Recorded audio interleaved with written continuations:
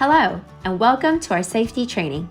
I'll be your safety instructor today as we go through your onboarding training. I've been working safely here since the company was founded in 2005, and I know you can too. My goal for you is to have a solid framework for working safely in any job site while you are employed through our company. If you have any questions, be sure to ask one of our representatives during or after this training session.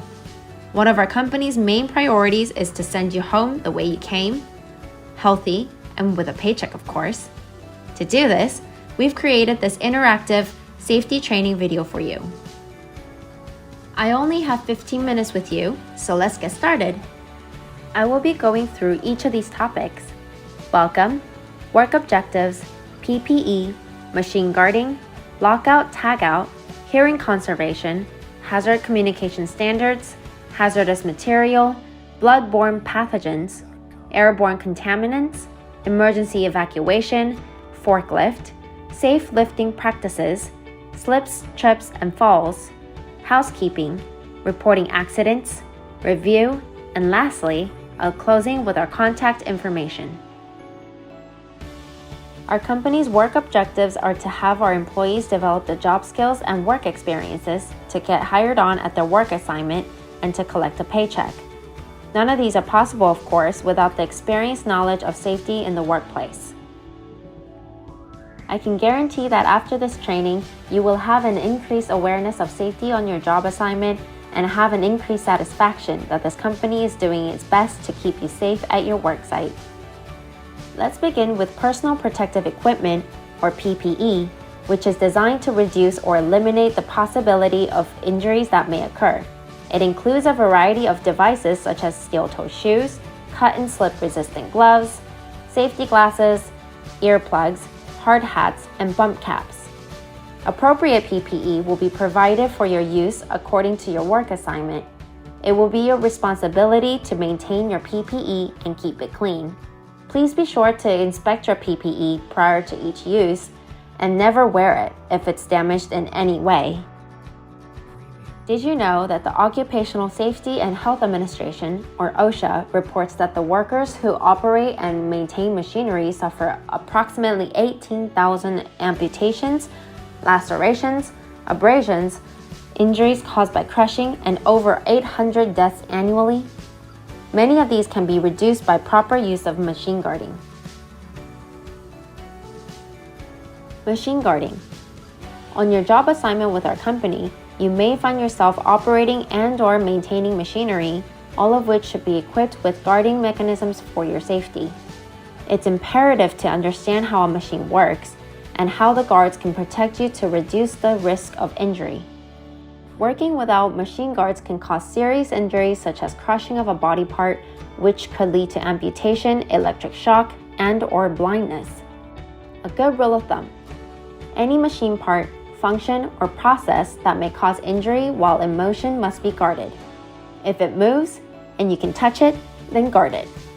Before starting work, make sure all machine guards are attached and that it functions properly. Machines are not to be used if the machine guards are not in place or not functioning properly. Do not remove the guards and be sure to report any machine guard issues to your supervisor immediately. Lockout tagout. Lockout tagout is the placement of a lock and tag on an isolating device. This prevents the unexpected startup or activation of a machine or equipment during service or maintenance operations that may cause injury. In short, lockout tagout kills all the energy going into a machine before we do any work on that piece of equipment. This ensures no one is hurt during service or maintenance. It is estimated that lockout tagout safety programs prevent over 50,000 injuries and about 120 fatalities each year. That's about 140 injuries every day and 1 death every 3 days, making the lockout tagout procedures vital for everyone's safety. Only authorized employees can lock out the equipment for service or maintenance. If you are authorized to perform lockout tagout, use the following steps to initiate the process. 1. Notify employees in the immediate area that work will be performed on a particular machine or equipment. 2. Identify all energy control points and necessary equipment for lockout and refer to the machine's specific procedures. 3. Conduct an orderly shutdown of equipment. 4. Deactivate energy control devices from the energy sources. 5. Lock out all energy control devices with a padlock. 6. Dissipate or restrain stored energy through blocking, bleeding, and grounding.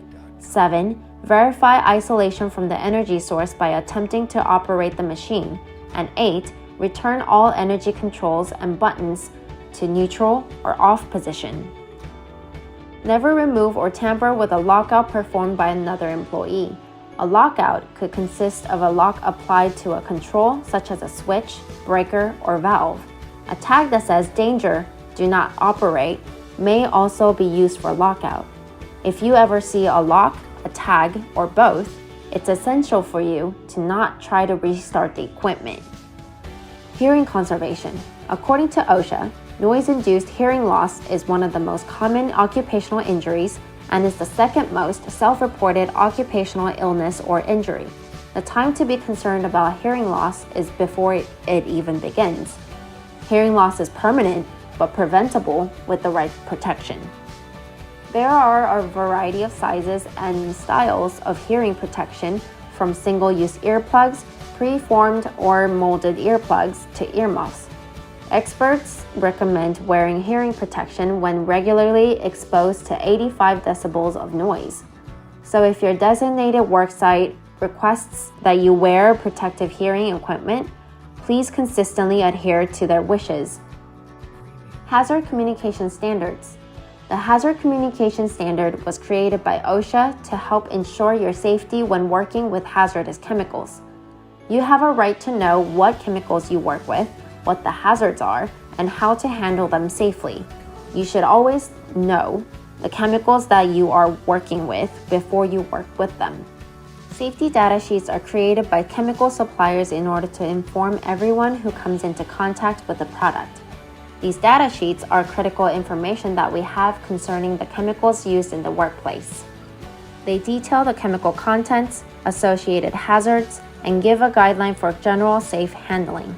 As our company's employee, if you are in contact with any such hazards, safety data sheets should be accessible to you at all times. Let's go over some general rules for handling hazards. Be sure to read all label warnings and instructions. Follow the instructions, for example, more does not mean better. Next, minimize contact with any known hazards. 3. It's all right to use double-layered cloths or gloves to protect your skin and keep your face clear of the area to reduce inhalation. 4. Always wash your hands after handling anything hazardous. If a chemical or anything at all enters your eyes, immediately hold the injured eye and rinse it with clean, cool water for 15 minutes. Finally, be sure to report the injury immediately. Any questions regarding chemicals should be reported to your on-site supervisor. All chemical containers must be labeled to identify the contents and their hazards. Familiarize yourself with the standardized pictograms denoted by red flames in the picture on the left.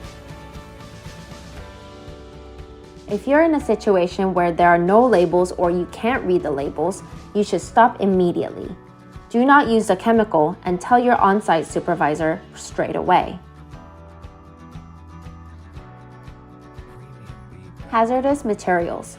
Fire is always a serious risk in the workplace, but with proper precautions, it can be avoided. There are a few simple things that you can do to prevent fires. Always comply with regulations and safety rules in your workplace. Obey no smoking signs. When smoking is allowed, dispose of cigarettes and matches in the receptacles after making sure that they are completely extinguished.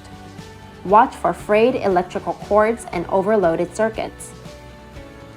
Dispose flammable wastes and scraps by placing them in metal containers. There are 4 classes of fires. Class A are trash, wood, and paper fires. These are fires that occur on wood, cloth, paper, rubber, and many other types of plastics. Class B fires are liquid and grease fires. These occur on flammable gas, oil, grease, tar, oil-based paint, or lacquer. Class C fires are electrical equipment fires. These fires are energized, often caused by electricity, and occur on equipment. Class D fires are combustible fires. These fires occur on combustible materials such as magnesium, sodium, potassium, titanium, zirconium, and other flammable metals. Fire prevention is instrumental. When your facility has flammable and combustible material, always store it in a safe area. Fumes can travel a considerable distance and can become ignited by a furnace, stove, electrical equipment, or even a lit cigarette.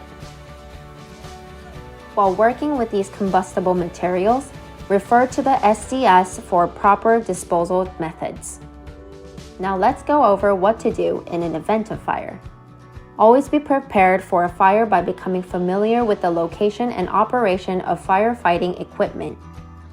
Learn where the fire extinguishers are located and which types of fires they are to be used for. Fire extinguishers are a common tool that are useful on Class A, B, and C fires. It uses a dry chemical to extinguish flames and it has a range of 5 to 20 feet. It extinguishes fires by smothering the burning materials. When fighting a fire with a fire extinguisher, remember the 4-point system. Pass. P. Pull the pin. A. Aim low at the base of the flames. S. Squeeze the handle. And lastly, sweep side to side. Pull, aim, squeeze, and sweep. Congratulations! We've reached the halfway mark in our training. Go ahead and take a minute to jot down any notes or questions you may have.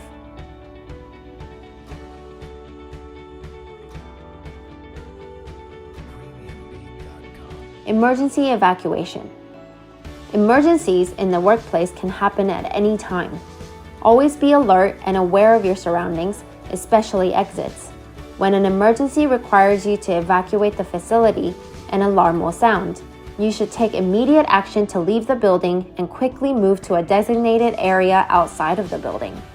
Don't delay evacuating by going back for your personal belongings or waiting for your coworkers. Use the stairs. Do not use the elevators. When you first arrive at your designated worksite, it's a good idea to study the emergency evacuation map in your area carefully. Exit routes may be different depending on where you are in the facility. If there is an evacuation due to severe weather such as a tornado, employees should 1. Shut down equipment. 2. Seek cover. 3. Hide under furniture if possible. And 4. Protect your body, especially your head. Bloodborne pathogens. We can't tell by looking at a person if they are infected with a pathogenic disease, so we must take precautions when bodily fluids are released. Blood and other bodily fluids can carry pathogens, which can infect others. This includes hepatitis along with HIV, which can lead to AIDS. You may be exposed to blood-borne pathogens while responding to an illness or injury by providing first aid care or when cleaning and sanitizing a bodily fluid spill. When a person is losing bodily fluids due to an illness or injury, stay away from the area and warn others to do so as well. You can still stay close to the ill or injured person to support him or her. Just be sure to stay away from contact with any of the person's bodily fluids. If you find spilled bodily fluids, a syringe, or other medically contaminated materials, do not attempt to clean it by yourself. Call your on-site supervisor immediately for instructions. Overall, we believe it's best to stay away and warn others. If exposure is suspected, the employee should immediately wash the exposed skin with large amounts of soap and warm water, or rinse the exposed mucous membrane with large quantities of warm water, and report any actual or suspected exposure incident to his or her supervisor. Airborne contaminants. Airborne contaminants can consist of harmful dust, insufficient oxygen, fog, spray, vapor, smoke, gas, and/or mist. Many of these items are small and invisible to the eye. However, exposure can still cause short-term and even long-term health-related issues. Problems can be serious and may cause cancer, lung impairment, as well as other diseases and even death. It may seem like a hassle to wear your PPE, but respirators reduce the risk of airborne contaminant exposure. Respirators are important safety and health protection tools when used properly. If you are required to use a respirator in your workplace, follow these simple rules to protect yourself from harmful airborne contaminants and particles. Use respirators certified for use to protect against the contaminants you are working with. There are different types of respirators, including single-use, half-face piece, full-face piece, air purifying, and atmosphere supplying respirators. Always inspect your respirator before use. Alert your supervisor and replace your respirator if you find a crack, puncture, tear, leak, or any other unusual conditions. Check your facepiece seal each and every time you wear your respirator. Keep your face shaved.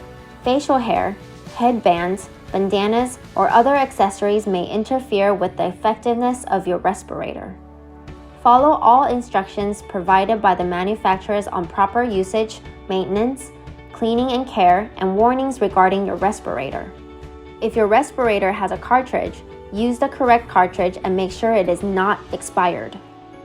Always feel free to contact your supervisor or other designated personnel should you need assistance or have questions about airborne contaminants and the proper usage of your respirators. Here are some additional safe work practices that can reduce risk at your work site. 1. Be gentle handling products. 2. Take precautions when transferring dusty materials. 3. Work at a manageable pace. And 4. Be careful when emptying containers. Forklift. As a child, you may have dreamed of driving a forklift one day.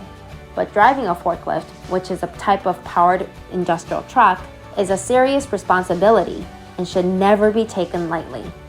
Every year, there are over 35,000 forklift-related injuries. Here are the main safety guidelines you should always keep in mind when driving a forklift. 1. Do not travel with the load elevated. Keep the load stable and as close to the floor as possible. 2. Avoid raising or lowering a load while the truck is moving and always keep the load tilted backwards. 3. Slow down for corners, blind spots, doorways, and uneven floors and surfaces. 4. Report any malfunctions or poor performance to your supervisor immediately. And 5. Drive defensively by always being aware of your surroundings and give those on foot the right of way. Safe lifting practices. There are practices you should utilize as an employee when you are manually lifting objects.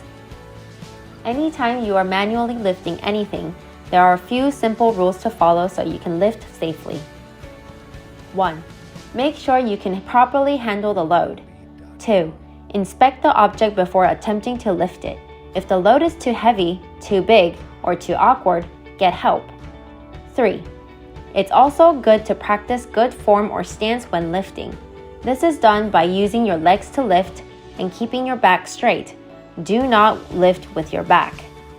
Finally, avoid twisting and turning your waist while lifting anything. Instead, hold the material in front of you and move your whole body with your feet instead of twisting your back. Slips, trips, and falls. Although it may seem trivial, slips, trips, and falls account for millions of work-related injuries every year.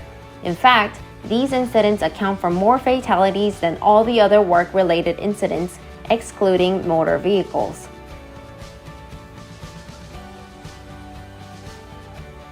OSHA reports that slips, trips, and falls account for a startling 15% of all work-related fatalities. There are many ways you can suffer from a slip, trip, or fall while working. You can slip and lose your balance, you can trip over objects that are left improperly in your walkway, or you can simply fall from an elevated position on the ground. To avoid these accidents, be on the lookout for things on the floor such as water, food, grease, or any other debris. Even the smallest of quantities of these substances are enough to make you lose your footing. Use these simple rules to prevent slips, trips, and falls. When entering a building, clean your shoes thoroughly, especially if they have been exposed to rain, snow, or other wet conditions. Avoid running, walk carefully, and do not make sudden changes in direction. Clean any debris by using trash barrels and recycling bins. Walk only in designated walking areas. Shortcuts through machines or other manufacturing areas can cause accidents. Hold on to handrails when using the stairs or ramps. By practicing good housekeeping, you can minimize the chance of injury to yourself and others in the workplace. Keep the work areas clear of obstruction up to standard, especially aisles, exits, and emergency equipment. Every one of us is responsible for keeping the work area clean and safe by cleaning several times throughout the day, disposing of trash and waste in approved containers, wiping up any drips and spills immediately, and putting equipment and tools away as soon as you're finished with them. Last but not least, after an injury takes place, you must report the injury or incident. Hopefully this never happens, but in the unfortunate event that you are injured on the job, this is very important. Failure to report work-related injuries in a timely manner may result in loss of the workers' compensation benefits. Each office will have a set reporting procedure. If an injury is caused by an accident, it will be investigated and you will be asked to participate in the investigation. Any attempt to defraud a company with a false workers' compensation claim will result in disciplinary action and may be referred to the district attorney for possible prosecution. Our goal, if you are injured, is to have you healed so that you can resume working. All right, we've completed our onboarding safety training. Now is a great time to review and ask any questions you may have. In the future, if there are any other questions or you simply need to get a hold of one of our offices, you can reach us at any of these locations.